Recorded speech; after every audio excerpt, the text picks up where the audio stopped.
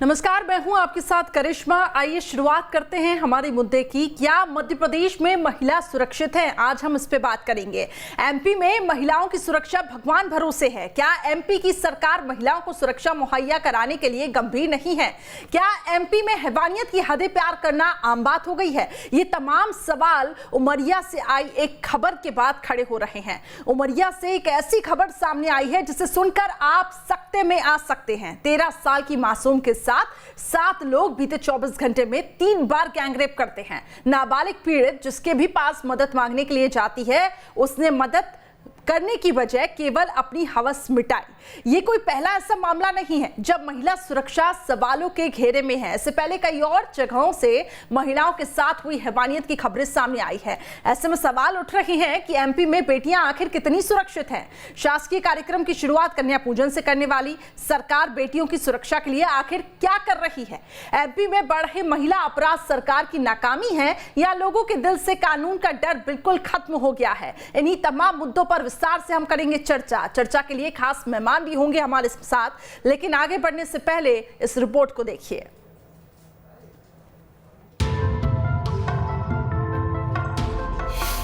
अब उमरिया में मासूम से गैंगरेप। एमपी में फिर शर्मसार हुई इंसानियत।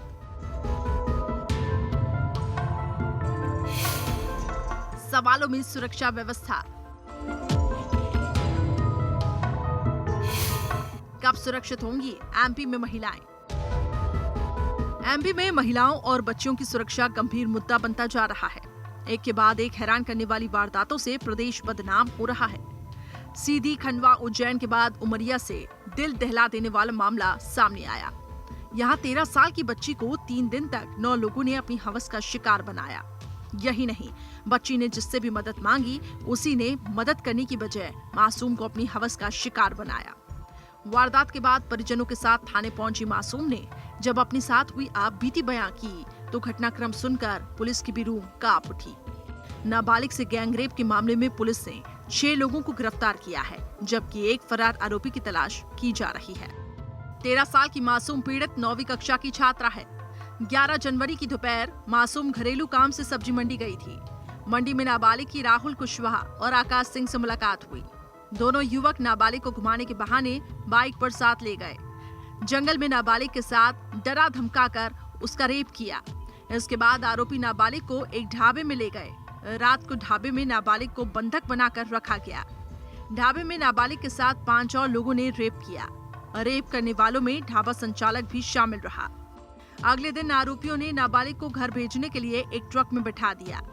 रास्ते में ट्रक चालक ने भी नाबालिग के साथ दुष्कर्म किया। बाद में ट्रक चालक ने नाबालिग को टोल नाके पर छोड़ दिया। टोल नाके से घर जाने के लिए नाबालिग ने एक ट्रक वाले से लिफ्ट मांगी। जिस ट्रक वाले से नाबालिग ने लिफ्ट मांगी उसने भी नाबालिग के साथ रेप किया। रेप करने के बाद ट्रक चालक नाबालिग को उमरिया के पास छोड़कर भाग गया। जैसे तैसे पीड़ित अपने घर पहुंची और अपने साथ हुई आपबीती घर वालों को बताई, जिसके बाद परिजन मासूम को लेकर थाने पहुंचे और एफआईआर दर्ज करवाई। एक नाबालिग लड़की थी, उसके साथ 6-7 आरोपियों ने मिलकर गैंगरेप किया था, जिस पर से अपराध पंजीबद्ध किया गया है। 6 आरोपी हिरासत में ले लिए गए हैं, एक की तलाश की जा रही है और इसमें पॉक्सो एक्ट भी लगी हुई है। पॉक्सो एक्ट यदि नाबालिग लड़की के साथ कोई अपचारी अपराध करता है तो उसके लिए पॉक्सो एक्ट लगती है, वो भी लगी हुई है और विवेचना इसकी जारी है। सर, कितने आरोपी थे? अब तक कितने गिरफ्तार हुए? 6-7 थे, इसमें 6 आरोपी डिटेन किए जा चुके हैं और एक अभी फरार है। निश्चित रूप से ये घटना निंदनीय है और पुलिस के साथ साथ पुलिस तो निश्चित रूप से कठिन कार्रवाई, कठोर कार्रवाई करेगी, लेकिन सामाजिक अवेयरनेस की भी बड़ी ज़रूरत है। इसमें पेरेंट्स, समाज, सभी लोगों का, जहाँ बच्चियाँ पढ़ती हैं, कॉलेज, स्कूल, सभी को मिलके जागरूक करना पड़ेगा बच्चियों को और खुद भी जागरूक होना पड़ेगा, तभी ऐसी घटनाओं पर रोक लग सकती है। ये हाल तब है जब सरकार महिलाओं की सुरक्षा पुख्ता करने के लिए बड़े बड़े दावे करती है। महिलाओं को सम्मान देने के नजरिए से हर शासकीय काम की शुरुआत कन्या पूजन के साथ करती है। लेकिन महिलाओं के साथ हो रहे अपराध का ग्राफ जिस कदर बढ़ता जा रहा है, उससे सरकार की तरफ से महिला सुरक्षा के लिए उठाए जा रहे कदमों पर सवाल खड़े हो रहे हैं। Team news state. तो सरकार एक तरफ तो कन्या पूजन करवा रही है और दूसरी तरफ प्रदेश की हालत देखिए, महिलाएं सुरक्षित नहीं है। आज तमाम सवालों के साथ हमारा एक पैनल जुड़ा हुआ है जिनसे हम जवाब लेंगे। सरकार के प्रवक्ता भी हमारे साथ जुड़ेंगे, उनसे जानेंगे कि आखिर क्या है व्यवस्थाएं। प्राची अधिकारी जो कि समाज सेविका हैं वो हमारे साथ पैनल में जुड़ चुकी हैं। साथ ही प्रदीप माहौर जी अब से कुछ ही देर में हमारे साथ जुड़ेंगे जो कि बीजेपी की तरफ से पक्ष रखेंगे। राम पांडे जी कांग्रेस प्रवक्ता हमारे साथ जुड़ चुके हैं और मेरे सहयोगी जितेंद्र मेरे साथ जुड़े हुए हैं। सबसे पहले आप दोनों मेहमानों का बहुत बहुत स्वागत है। मेरे सहयोगी जितेंद्र के पास मैं जाना चाहूंगी। सबसे पहले जितेंद्र, उमरिया से जो घटनाक्रम सामने आया है ये दिल दहला देने वाला घटनाक्रम है और प्रदेश की हालत इससे पता पड़ती है कि कानून व्यवस्था की आखिर क्या हालत होती जा रही है। वो खौफ उन आरोपियों में दिखाई नहीं दे रहा है। फिलहाल क्या कुछ कार्रवाई अब तक की गई है और अब तक क्या कुछ एक्शन सरकार की तरफ से लिया गया है? बिल्कुल करिश्मा, देखिए जैसे ये मामला सामने निकल कर आया उसके बाद तुरंत इस पूरे मामले पर एफआईआर दर्ज की। पुलिस ने 24 घंटे के दौरान 6 आरोपियों को गिरफ्तार करने में सफलता जरूर हासिल की है, लेकिन अभी और भी आरोपियों को गिरफ्तार करना है। समाज को और भी ज्यादा अपडेट होना है, बच्चों के प्रति माता पिता को और भी ज्यादा सक्षम होना पड़ेगा, तभी इस तरह की घटनाएं रुक पाएंगी। अन्यथा लगातार हम देखते आ रहे हैं शुरुआत से लेकर अभी तक इसी तरह की घटनाएं जो सामने निकल कर आ रही है। करिश्मा, बिल्कुल एक अवेयरनेस की कमी दिखाई दे रही है और वो अवेयरनेस लानी ही होगी। प्रदीप माहौर जी हमारे साथ बीजेपी की तरफ से पक्ष रखेंगे, वो भी हमारे साथ पैनल में जुड़ चुके हैं। बहुत स्वागत है प्रदीप जी आपका न्यूज स्टेट पर। सबसे पहला सवाल अब आपसे ही मैं करना चाहूंगी, प्रदेश की आखिर क्या कानून व्यवस्थाएं हैं? आरोपियों में वो भय नहीं दिखाई दे रहा। उमरिया का जो घटनाक्रम दिल दहला देने वाला घटनाक्रम है, रूह कांप रही है सोच के क्या हालत हो रही होगी उस पीड़ित युवती की। क्या व्यवस्थाएं हैं सर, ये बताएं। ये जो मैंने इस पूरे केस को देखा और ये जो है बहुत ही शर्मनाक केस है, मैं ऐसा बोल सकता हूँ। और हमारी बड़ी शर्म की बात है कि हमारे मध्य प्रदेश की सरकार सर कुछ टेक्निकल इशू हो रहा है, आपकी आवाज हमें क्लियर नहीं मिल पा रही है। हम कोशिश करेंगे एक बार फिर से ठीक करने की। जी आपकी आवाज, अब आपको मेरी आवाज मिल पा रही है? हाँ बिल्कुल आवाज। चलिए आप अपनी बात रखें। जी जी बिल्कुल अपनी बात रखें। देखिए ये जो है ना बहुत ही शर्मनाक वाकया हुआ है, जिस प्रकार का हुआ है इसको मैंने देखा, उसको स्टडी भी करने की कोशिश करी तो समझ में नहीं आ रहा है कि मध्य प्रदेश में ऐसा क्या है कि इस प्रकार की चीजें हो रही हैं। देखिए सरकार जो अपनी तरफ से कर सकती है, सरकार ने सख्त कानून बनाए हुए हैं। उनके लॉ एंड ऑर्डर की सिचुएशन इसी से ही पता चलती है कि जितने भी आरोपी हैं उनको सबको अरेस्ट किया गया, पुलिस ने कार्रवाई करी, लेकिन उसके बाद भी बार बार ये घटनाएं हो रही हैं। ये एक बड़ा दुख का विषय है। इसके लिए एक मॉरल जो टीचिंग है ये भी रिक्वायर्ड है, मुझे ऐसा लगता है। बहुत ही दुख की घड़ी है ये। दुख और निंदा की तो बात है ना सर, लेकिन जिम्मेदारी तो आपकी भी बनती है। प्राची अधिकारी जी हमारे साथ समाज सेविका जुड़ी हुई हैं। प्राची अधिकारी जी, किस तरीके से आप देखती हैं, क्या अभी प्रयास उठाने चाहिए सरकार को? हालांकि अब वो कह रही हैं कि घटनाक्रम शर्मनाक है, अब इसमें जागरूकता लाने की कोशिश करनी चाहिए, लेकिन अभी ही क्यों सरकार जागती है जब इस प्रकार के केस निकल कर सामने आते हैं? पहले आखिर क्यों नहीं उसको जमीन पर लाया गया, क्यों नहीं ग्राउंड लेवल से ये चीजें शुरू की गई? देखिए मैं ये सबसे पहले बहुत खेद और दुख व्यक्त करना चाहूंगी कि ऐसी कोई घटना हुई जिसमें इतनी छोटी बच्ची के साथ, मतलब एक नहीं दो नहीं बल्कि 6 से 12 लोगों ने करा, और ये वही बच्ची फील कर सकती है जिसके साथ ये हुआ है, और कितना उसके परिवार के लिए, ना केवल उसके लिए बल्कि उस परिवार के लिए और वहाँ के जो लोग होंगे आसपास के लिए, उनके भी लिए भी डर का माहौल है, क्योंकि ये तो दिखाता है कि बच्चे सुरक्षित नहीं है। और लोगों को देखिए, ये कानून की बात नहीं है, ऐसा समाज हम कहाँ जा रहे हैं ये सोचिए कि सरकार अगर कानून ले भी आती कितने भी, लेकिन हमारे अंदर ये हैवानियत आ कैसे रही है? क्या हम घर से कौन से युवक युवतियां बना रहे हैं, कौन से भाई बहन बना रहे हैं, कौन से लड़के पैदा, ऐसे लड़कों को परवरिश मिल रही कि जो केवल भोग की वस्तु समझते हैं, और भोग की भी उसको, जिसमें एक उम्र होती है जिसमें लड़का और लड़की एक से दिखाई देते हो। मतलब एक बच्चा 6 महीने का है, एक 6 साल की बच्ची, वो दोनों शारीरिक रूप से एक से दिखाई देते हैं। वैसे ही एक 11-12 साल की लड़की, क्या मतलब क्या तुक बनता है? मतलब आप उसकी पढ़ाई की उम्र है, उसकी जीवन को जीने की उम्र है, आप उससे उसका बचपना छीन रहे हैं। मतलब एज अ समाज हम कहाँ जा रहे हैं? मैं तो ये बोलती हूँ कि आपको याद होगा कि निर्भया के समय भी जब ये कांड हुए थे तो निर्भया के एक आरोपी राम सिंह से जब कोई फॉरेन की जर्नलिस्ट गई थी मिलने के लिए तो उन्होंने कहा मुझे कोई गम नहीं है उस आदमी ने, क्योंकि उसने हमको उकसाया था और उसने हमें दावत दी थी। आप सोचिए वो वहां जेल में बंद था, उसके बावजूद भी उसकी ये थी। अगर उसको उसी दिन मार मार के लटका दिया होता, जब आपको पता चल गया इसने ऐसा करा है, निर्भया बची नहीं बची वो बात की बात है, लेकिन अगर उसी समय मार के उसको वैसी सजा दे दी गई होती जितनी दर्दनाक मौत उसने दी थी तो शायद भय होता। लेकिन क्या होता है कि इनको खाना खिलाया जाता है, इनको पाला जाता है, तो ये सोचते हैं कि 6-6 महीने जेल में रहने के बाद ये सोचते हैं कि तारीख पे तारीख मिलती जाएगी, हम यहाँ पर मोटे खड़े होते जाएंगे, बिल्कुल, यानी कि कानून में और सख्ती की जरूरत है और वो 16 दिसंबर की त्रासदी को कोई नहीं भूल सकता है, लेकिन उसके बावजूद भी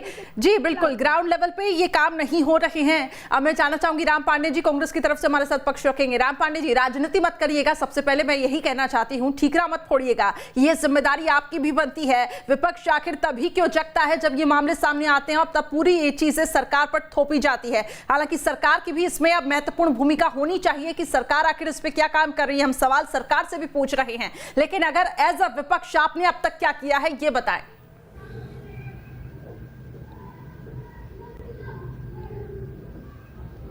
जी हाँ, विपक्ष को कौन से सवाल उठाने चाहिए आप ये भी बता देना जी। और मैं अपनी बात शुरू कर रहा हूं कि ये सबसे पहले हमें इस बात पर जाना होगा कि ये बलात्कार क्यों हो रहे हैं, उसके कारण क्या हैं।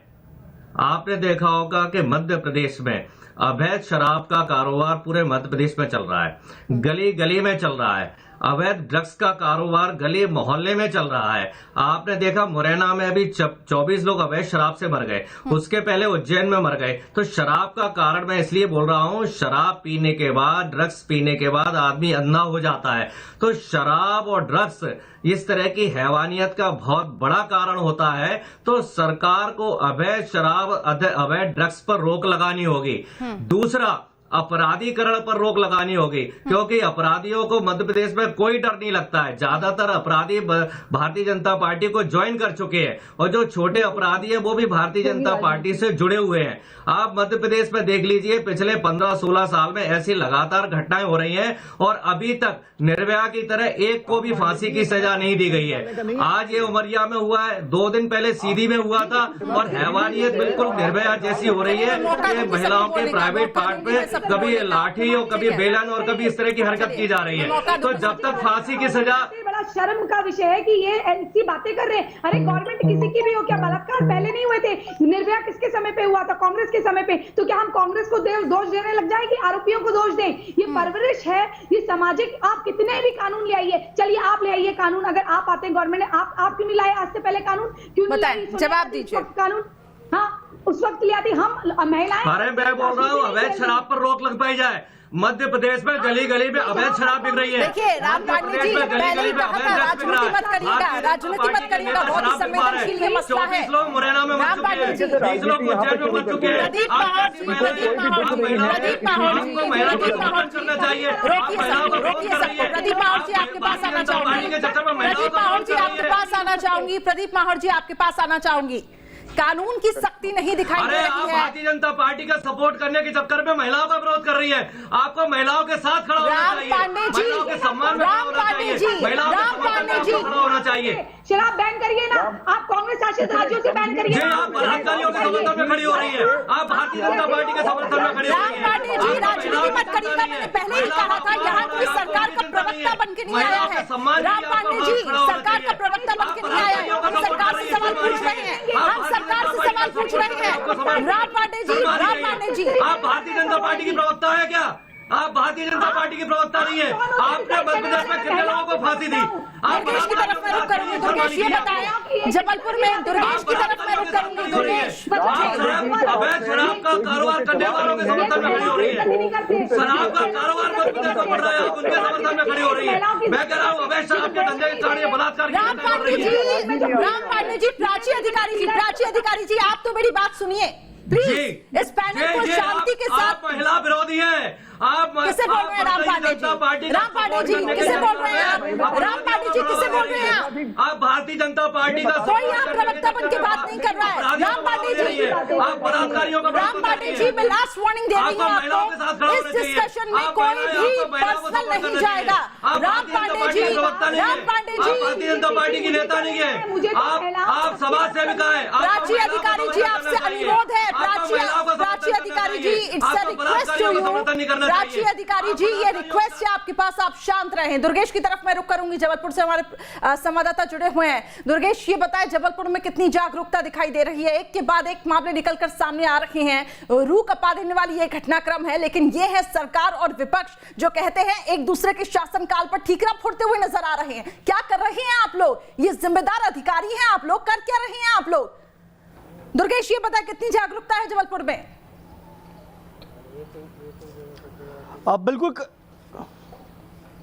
बिल्कुल करिश्मा, देखिए सबसे बड़ा दुख इसी बात का होता है कि जब भी इस तरह के मामले सामने आते हैं तब राजनीतिक दल एक दूसरे के ऊपर आरोप प्रत्यारोप का दौर शुरू कर देते हैं और मूल मुद्दे से भटक जाते हैं। देखिए, अब ये सरकारी रिकॉर्ड बताते हैं कि केवल साल 2020 में ही तकरीबन 5000 से ज़्यादा मामले बलात्कार के दर्ज हुए हैं मध्य प्रदेश में। 5 साल के हम आंकड़ों के निकाल लें तो यही आंकड़ा हज़ारों में पहुँच जाता है। लेकिन सवाल केवल इतना उठता है कि आखिरकार जागरूकता के लिए सरकार ने कोई ठोस कदम क्यों नहीं बनाया?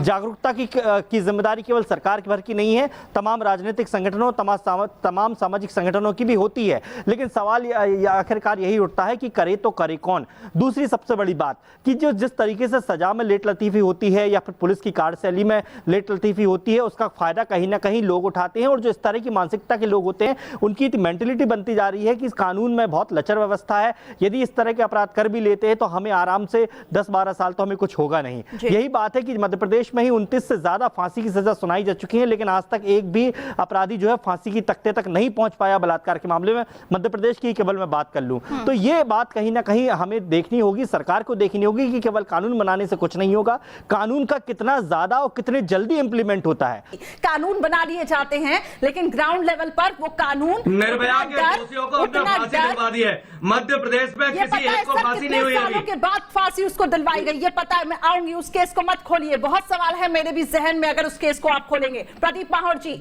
आपसे अब मेरा सवाल है, प्रदीप माहौर जी से मेरा सवाल है, कानून व्यवस्था, कानून आप कितने भी बना ले, लेकिन जब तक उन कानूनों का भय इन आरोपियों में नहीं होगा, क्यों नहीं आप तत्काल सजा दे देते हैं? क्यों नहीं इतने केस ये लेट लतीफी चलते रहते हैं और उन आरोपियों में वो भय खत्म हो जाता है, 6 साल की जेल काट के आ जाते हैं और उसके बाद निकल के वैसे ही घूमते रहते हैं? उन मानसिकता को सुधारिए ना सर। अब आप कह रहे हैं कि जागरूकता लाएंगे, समाज को जागरूक रहने की जरूरत है, तो क्यों नहीं इतने टाइम से जागरूकता अभियान चलाया गया इसको लेकर? नहीं करिश्मा, इसमें जो मध्य प्रदेश का कानून है रेप के खिलाफ, ये सबसे सख्त कानून है, जहां पे करीब 2018 में ही 26 रेपिस्ट को लाइफ इम्प्रिजनमेंट जो है वो दिया गया। उनके पास में ऑप्शन होता है कि वो हाई कोर्ट जा सकते हैं, उसके बाद सुप्रीम कोर्ट जा सकते हैं, उसके बाद में प्रेसिडेंट याचिका कर सकते हैं। तो वो उनके राइट्स हैं। कोई भी अगर आरोपी होता है, वो किसी की बेटी थी, वो किसी की बेटी थी, वो किसी की बहन थी, क्या बीती होगी उस पर? एक दरिंदे ने नहीं, 5 से 6 दरिंदे ने उसके साथ ये घटनाक्रम को अंजाम दिया है। हाई कोर्ट जाएंगे, सुप्रीम कोर्ट जाएंगे, उसको तो तुरंत उनको फांसी की सजा दे देनी चाहिए। ये शक्ति आप दिखाइए ना। देश का एक कानून व्यवस्था है जिसमें तुरंत फांसी की सजा किसी को नहीं दी जा सकती। ये इस प्रकार का हमारे यहाँ पे कानून व्यवस्था में नहीं कानून बना है कि तुरंत फांसी की सजा दी जा सके। सजा दी जा सकती है, लेकिन उसके बाद भी प्ली करने का अधिकार जो रहता है। आज जो अभी आवश्यकता है, वो आवश्यकता ये है कि बच्चे जो हैं उनका चरित्र निर्माण किया जाए, जिससे कि इस प्रकार के केसेस ना हो पाए। बच्चों के अंदर ये भावना कि उनकी जो माँ है, उनके जो परिवार के सदस्य हैं, उनको डालनी पड़ेगी, उनको समझाना पड़ेगा कि जो महिला हैं उनका सम्मान किया जाना चाहिए। महिलाएं जो सम्माननीय हैं, ये उनको बचपन से, यानी कि अगर लड़की बाहर जाती है सब्जी लेने के लिए तो वो तो सुरक्षित ही नहीं है, वो तो ये सोचेगी कि मेरे साथ तो कुछ भी हो सकता है, कल वो लड़की घर पे बैठ जाए। ये जागरूकता तो आपको लाना चाहिए ना। प्राची अधिकारी जी, आपके पास आना चाहूंगी, समाज सेवी हैं आप, ये आपको पता है कि समाज की इस वक्त क्या हालत है। आप कह रहे हैं कि जागरूकता लानी चाहिए, लेकिन समाज में उतनी जागरूकता दिखाई नहीं दे रही है। ठीक है, यहाँ पे माता पिता की वो जिम्मेदारी बनती है, जनप्रतिनिधियों की भी उतनी ही जिम्मेदारी बनती है, लेकिन यहाँ पे तो एक दूसरे पर ठीकरा फोड़ते हुए नजर आ रहे हैं और ये कह रहे हैं कि हम सरकार के प्रवक्ता बन के बात करते हैं। ये देखिए, आप और मैं महिलाएं हैं और हमारे साथ ये सलूक हो रहा है, तो जो आम लड़की रोड पे घूमती है उसके साथ आप समझ सकती हैं क्या सलूक होता होगा। और जबकि मैंने साफ साफ कहा कि उनका टाइम हो या इनका टाइम हो, उनमें कानून बनाने से भी कुछ नहीं होगा जब तक इम्प्लीमेंटेशन नहीं होगा। अगर के बाद एक ऐसी घटनाएं सामने आती हैं तो ये सोचने को मजबूर हो जाते हैं कि हम किस सोसाइटी में रह रहे हैं। ठीक है, जागरूकता उन पेरेंट्स को भी लानी पड़ेगी, लेकिन जागरूकता कहीं ना कहीं जनप्रतिनिधियों की भी जिम्मेदारी बनती है। कानून को आप मजबूत बनाइए ना। राम पांडे जी, आपको मौका देती हूँ बोलने के लिए, बोलिए।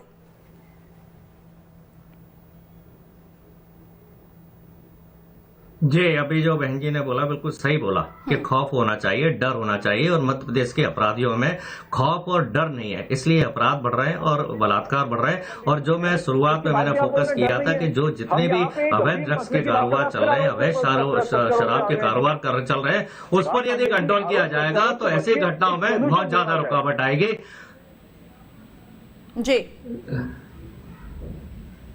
चलिए। जी, मुझे आप बता दीजिए किस चीज पर आरोप प्रत्यारोप नहीं लगाना चाहिए। कांग्रेस प्रवक्ता शिक्षा के बारे में बोले तो शिक्षा पर बात मत करो, स्वास्थ्य पर हम बात करें तो स्वास्थ्य पर बात मत करो, किसानों पर बात करें तो किसानों पर बात मत करो। आप थोड़ा सा गाइडलाइन बना दीजिए कि किस चीज पर बात करना चाहिए विपक्ष को। आपका तो एक ही डायलॉग बन गया है कि इस चीज पर राजनीति ना करो, उस चीज पर राजनीति ना करो। जब बात करने के लिए आते हैं तो जो सब्जेक्ट होगा उस पर बात की जाएगी ना, उसके क्या कारण है और उसका क्या निदान है, दोनों चीज पर चर्चा की जाएगी। तो मैं कारण पर भी बात कर रहा हूँ, निदान पर भी बात कर रहा हूँ, घटना कैसे रोके जा सकती है उस पर भी बात कर रहा हूँ। मध्य प्रदेश जब पिछड़े, जैसे जैसे पिछड़ापन बढ़ता जाएगा, जैसे जैसे नैतिकता खत्म होती जाएगी, जैसे जैसे बेरोजगारी बढ़ेगी, जैसे जैसे गरीबी बढ़ेगी, हर चीज की घटना के पीछे कई कारण होते हैं, एक कारण नहीं होता। एक घटना के पीछे 50 कारण होते हैं। सबसे बड़ा कारण है अवैध शराब जो बिक रही है, दूसरा कारण है अवैध ड्रग्स जो बिक रहा है, तीसरा कारण है अपराधीकरण हो रहा है, अपराधियों को संरक्षण मिल रहा है, अपराधी भारतीय जनता पार्टी ज्वाइन कर रहे हैं। सारे अपराधी भारतीय जनता पार्टी में पड़े हुए हैं।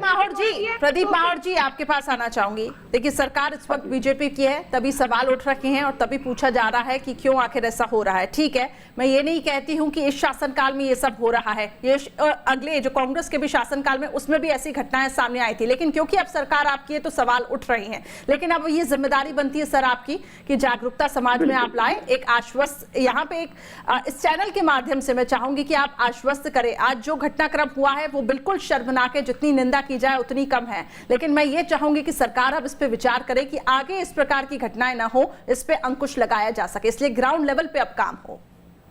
करिश्मा, सरकार इस पे विचार करेगी ही, सरकार सख्त कदम इस पे उठाएगी ही, लेकिन उसके साथ में हमारी जितनी भी संस्थाएं हैं, जितने भी सोशल सर्विस करने वाली संस्थाएं हैं, उनसे भी मैं निवेदन करना चाहूंगा आपके चैनल के माध्यम से कि वो भी आगे आए, स्कूलों में जाएं, बच्चों के पास जाएं, मिले बच्चों से, चरित्र निर्माण की तरफ हम लोग बढ़ें, जिससे कि इस तरह के केसेस भारत में, मध्य प्रदेश में क्या पूरे भारत में कहीं होने ही ना पाए। बहुत दुख का विषय है और मुझे इसका बहुत दुख है। मैं चाहता हूं कि इस प्रकार की घटनाएं दोबारा कभी भी रिपीट ना हो और उसके लिए चरित्र निर्माण ही एक साधन है सबसे बड़ा। जी बिल्कुल, बहुत जरूरी है इस वक्त कैरेक्टर को बिल्डअप करना, इसलिए बहुत जरूरी है कि जागरूकता लाई जाए और ग्राउंड लेवल पे अब काम किया जाए। पुलिस अधिकारियों को भी सख्त निर्देश दिया जाए कि ऐसे आरोपियों में भय लाएं। बहुत बहुत शुक्रिया आप सभी का मेरे साथ जुड़ने के लिए। तो बस इस डिस्कशन से एक महत्वपूर्ण बात ये निकलकर सामने आई कि इस वक्त बहुत जरूरी है समाज में जागरूकता लाना, और समाज तभी जागरूक बनेगा जब आप और हम जागरूक होंगे, इस प्रकार की घटनाओं पर अंकुश लग सकेगा। फिलहाल खास पेशकश में फिलहाल इतना ही।